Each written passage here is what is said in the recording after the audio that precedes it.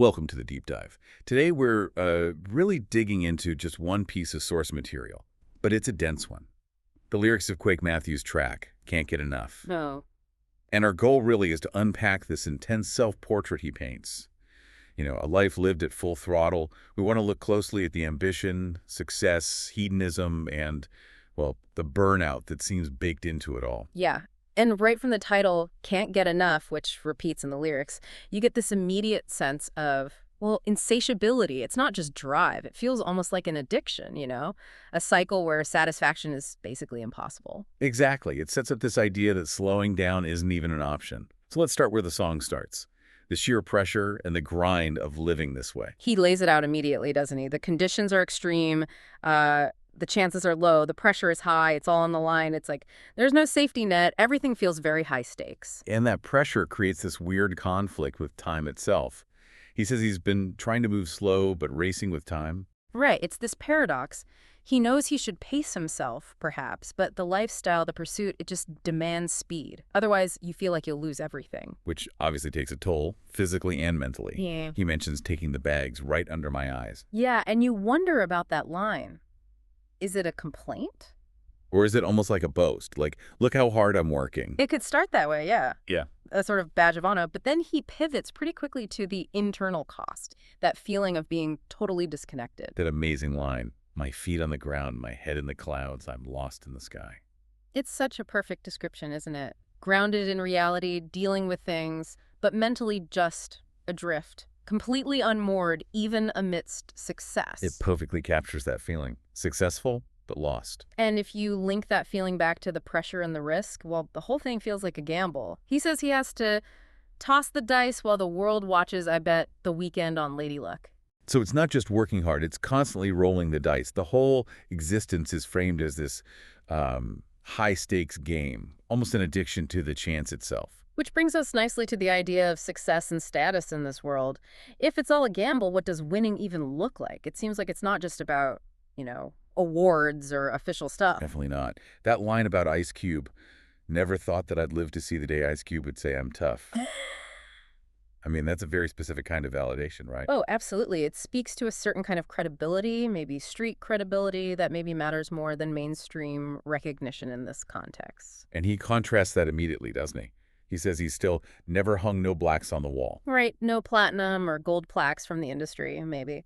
But then he immediately follows up with, but ask my city on platinum and gold.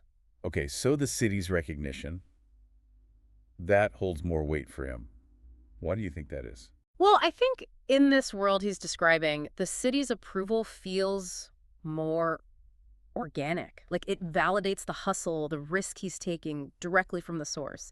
It's proof the grind is real and respected, maybe more than some industry award. That makes sense. Like authentic validation versus institutional. Mm-hmm. And that feeling of success, that validation, it leads to this sense of being incredibly elevated, literally like high. Yeah, he says he's so high on the macro do that he might just phone air traffic control. Let's pause on macro do. What do you think that means?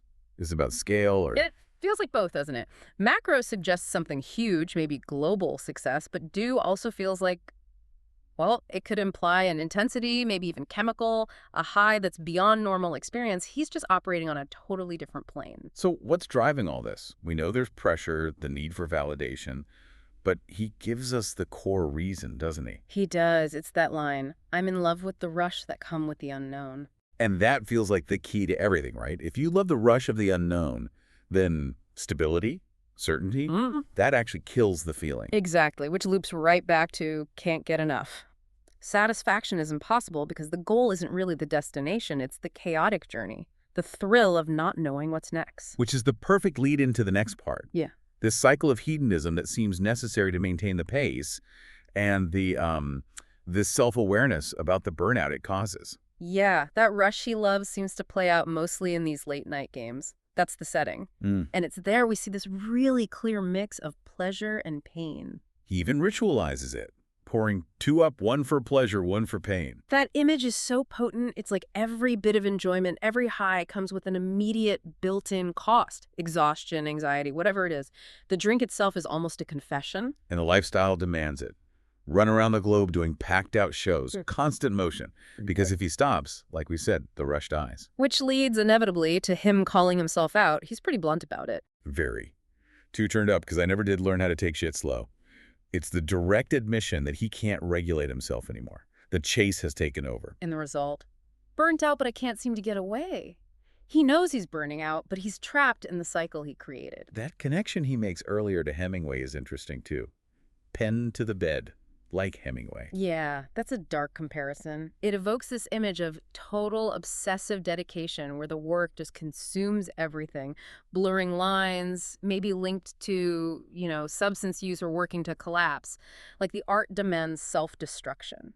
So he's got this intense work ethic, this Hemingway-level commitment, but the result is living like a zealous celebrity, completely burnt out. The dedication itself seems to guarantee the crash. It really does seem like the burnout is almost hardwired into the pursuit itself. The engine is running too hot, and it feels like it's only a matter of time before it completely breaks down. Which seems to be happening already, maybe internally, but the need for the rush just keeps it going somehow. Let's shift then to the social side of this, those devious nights he mentions.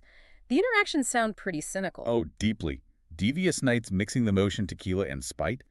That combination, motion, alcohol, and spite, paints a picture of these encounters being really transactional, maybe competitive, even hostile underneath. Yeah, and the transactional feel comes through strongly with the language about cost. He talks about being up in the price and charging you labor for taking a bite. Like even just sharing time has a price tag. The whole social scene sounds less like relaxing and more like business mixed with combat.